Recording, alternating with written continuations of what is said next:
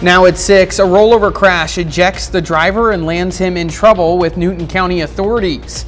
Plus, a judge dismisses charges against 3 men in connection to a deadly duck boat accident in 2018. And January starts the operational side of the Oklahoma Clean Slate Law, where certain felonies and misdemeanors are automatically expunged from people's records. I'm Ty Parks, and I'll be speaking with the Ottawa and Delaware County District Attorney about what this means.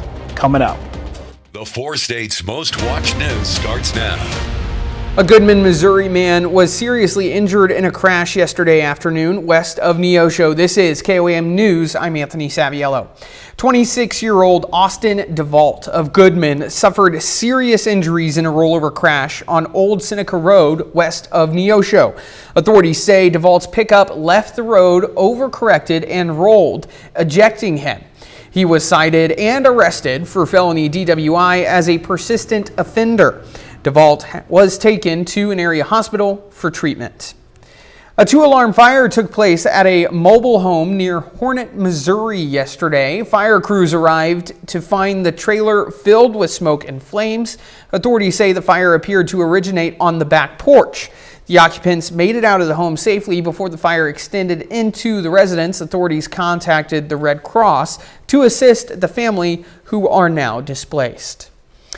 And a Stone County judge dismisses charges against 3 men involved in the deadly 2018 Ride the Ducks sinking on Table Rock Lake. The judge ruled there was no probable cause against Captain Kenneth Scott McKee and supervisors Curtis Lanham and Charles Baltzel.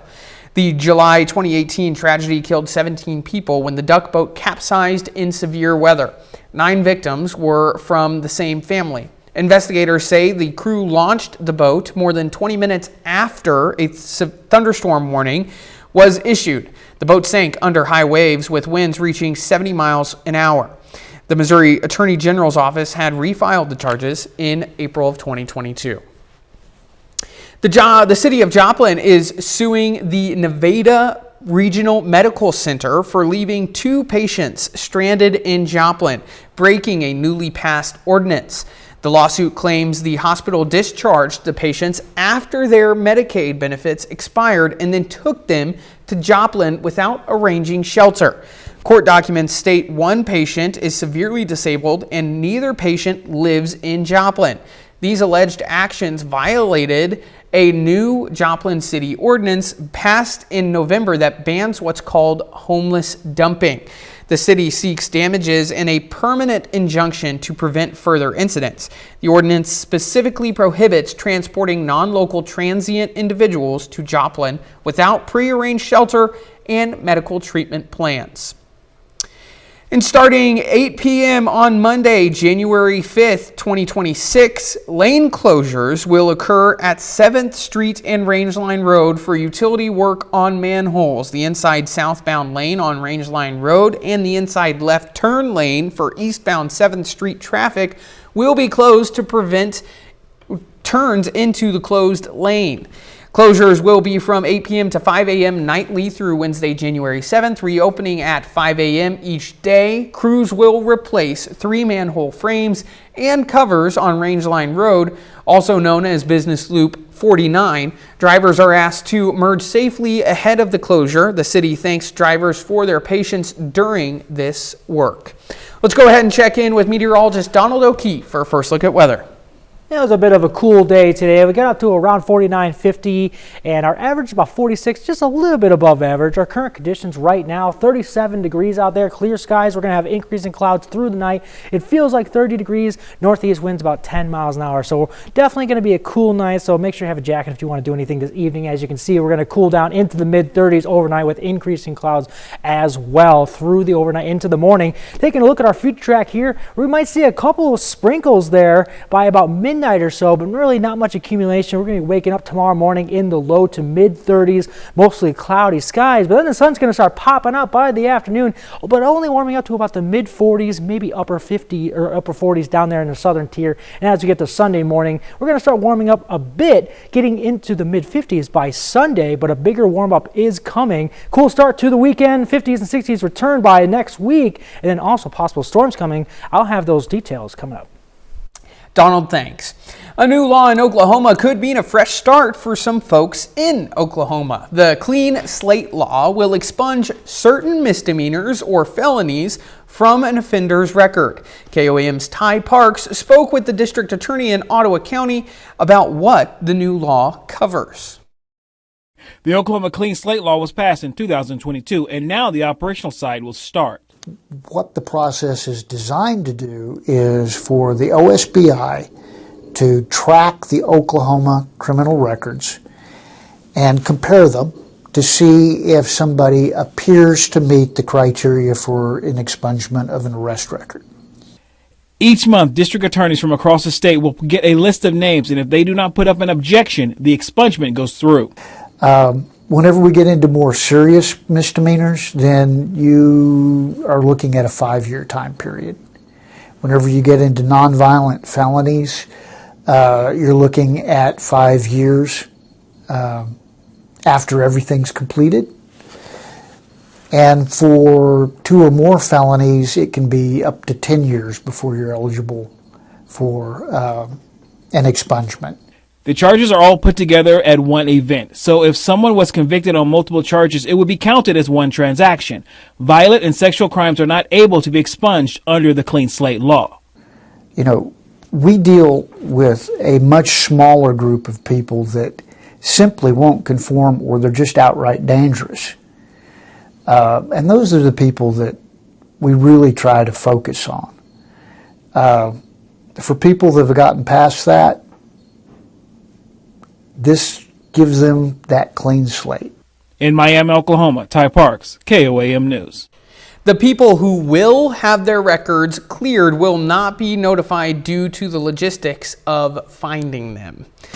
From the power of Pitt State on the national stage to Seneca's first championship in 30 years, Ben McLeish takes a look back on the year in sports from around the area. That's coming up. But up first, superheroes, aliens, and space travel. There's something for everyone during National Science Fiction Day.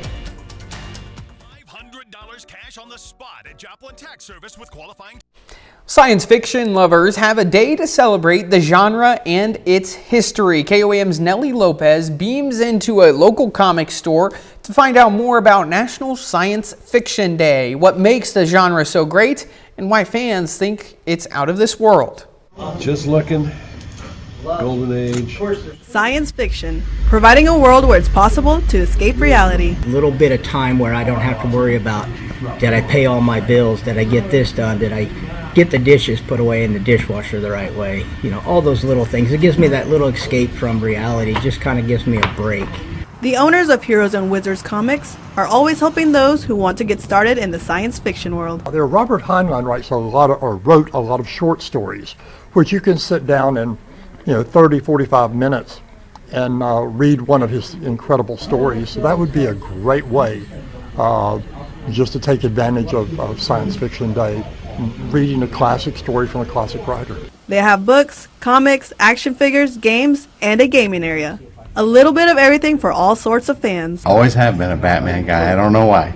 I just like he's not really a superhero with superpowers. He's just a normal guy doing stuff. In a genre that offers many different ways to enjoy, the most common debate is books versus movies. I'm 50-50. Some movies I watch, don't read the books. Others I read and then watch, and then I critique the movie for not following the book. So I guess it kind of depends. I find the majority of the time the books are always better. We're proud of what we're building here. We're building a family and a community and affording a safe place for people to come together and experience what they enjoy and in a safe, welcoming atmosphere. So we welcome everyone to come out and check out the shop and find something great to read. In Webb City, Missouri, I'm Nellie Lopez, KOAM News. These are not the comics you're looking for. Oh, the store offers affordable reading options and even a small selection of free comic books to get you started. A little later, a new museum exhibit in Southeast Kansas shows how grit helped build America. And it's going to be a cool start to the weekend, but a warm-up is coming by next week. Maybe even some storms by later next week as well. I'll have those details coming up. Is your old laundry...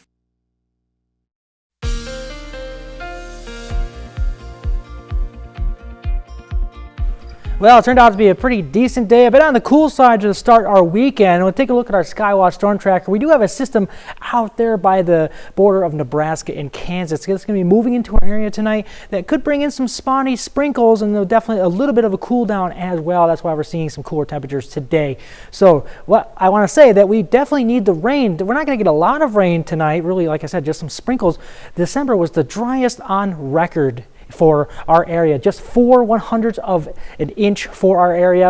The previous record was set back in 1956, and that was 1/10 of an inch, so we definitely broke that record. And we get usually 2.5 inches of rain for December, and even for January, maybe we might see some rain by about later next week, but I'll get into that in a minute. We are definitely on the drier side. Most of the area is in moderate and even severe out there drought for our area out to the east, so the rain is definitely needed. So let's take a look at our future track. So tonight we're going to see clouds increasing as we go through the overnight by about midnight or so. There's some of those sprinkles I was talking about, but like I said, not really much accumulation as we go through the next 12 to 24 hours. By tomorrow morning, 7 a.m., temperatures in the low to mid 30s, still on the cloudy side, but as we go through Saturday, the sun starts to come out. Now we're going to see temperatures pushing about the mid to upper 40s, so definitely on the cooler side, but the warm up is coming. As we get into Sunday, we're going to start off on the cooler side, but now we're getting a wind out of the southeast. We're going to see temperatures in the upper 20s and lower 30s, but we're still going to stay on the cloudy side for Sunday, but now we're going to start to see temperatures get into the mid 50s. So our current conditions right now, like I said, 37 degrees, feels like 30, northeast winds about 10 miles an hour. So like I said, it's going to be cool, but the warm up is coming. Overnight tonight, increasing clouds, getting, like I said, into about the mid 30s overnight. So a jacket is needed if you're doing anything for tonight, and even in for tomorrow, high about 47 for Saturday. We're going to warm up to 54 on Sunday, but still not yet we're getting to that warm. It's going to start coming by about Monday. Taking a look out in downtown Joplin, not too bad. We're going to see those clouds start to increase as the night goes through. So let's look at our upper level flow for the next week or so. So this is Saturday through the weekend. A high pressure system is building into our area. That's why we're going to see above average temperatures again by about Monday. This is Monday, so there's a high pressure system down there in the Gulf bringing in that nice warm air out of the southwest. Dry conditions pretty much Monday, Tuesday, and Wednesday. This is when we're going to see those 60s return basically through Monday and Thursday. Then there's a system that is going to be bringing some rain chances to our area by Thursday. We could even see some possible low-grade severe systems or storm systems by Thursday as well. That system starts to push through our area Friday and Saturday, still having those rain chances around for our area into Saturday of next week. But how much rain could we get? We cannot see much with this system tonight, but by the time we get through that system next week, Thursday, Friday, and Saturday, some of the areas could see about 1/2 inch of rain up to 1 inch of rain, which is very much needed for our area. But taking a look at our 7-day, cool down tomorrow, we're going to start warming up back into the 60s through the week. Then by about Thursday and Friday, there's that system that's going to be bringing in some possible storms to our area and much needed rain through Saturday. And then we're going to cool off a bit by next week. But I'm going to take these 60s. It's pretty nice, but like I keep saying, we need the rain. Absolutely. Thanks, Donald. Still ahead, 2025 was a year to remember for sports in the 4 states. Ben McLeish has a recap of the most magical moments from 2025 up next in sports. 2025. It was a year that gave us reasons to cheer, reasons to believe, and moments we won't soon forget. Before we turn our attention to a new season, here's a look back at sports in the 4 states in 2025. Every year in the 4 states, thousands of sporting events fill the calendar. But 2025 delivered moments that we'll be talking about for years. Pittsburgh State women's basketball entered January on a mission. Even though they didn't win the national title, the Gorillas turned heads all year. Pitt State rolled through the MIAA with a dominant regular season, securing back-to-back conference tournament titles. They earned a top seed in the NCAA Division II Central Regional, hosted at John Lance Arena, and battled all the way into the Final Four, the deepest run in program history. Championships are great, and they're very uncommon too, so we're grateful when we celebrate them when they happen, but I think they also motivate you a lot more.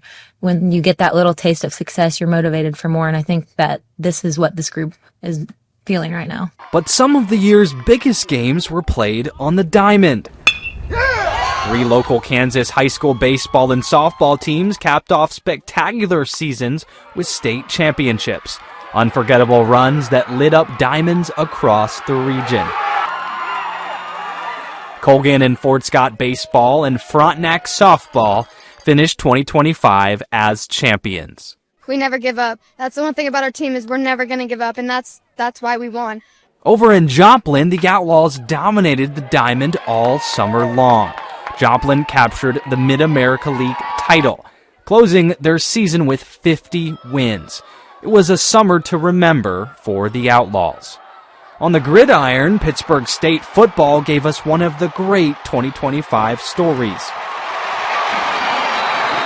After losing their first 2 games, the Gorillas rebounded in a major way, ripping off 10 straight wins on the way to a share of the MIAA title. The people here are incredible, and the students, the fans, the community, and man, like I could talk for hours about Pittsburgh, Kansas, and Pitt State, and how meaningful it is to our family. That's what makes this place special. And then there was Seneca. For the first time since 1995, the Seneca Indians broke the spell.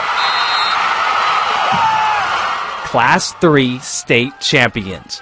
A win 30 years in the making, capped off with grit, resilience, and an unforgettable performance on the biggest stage.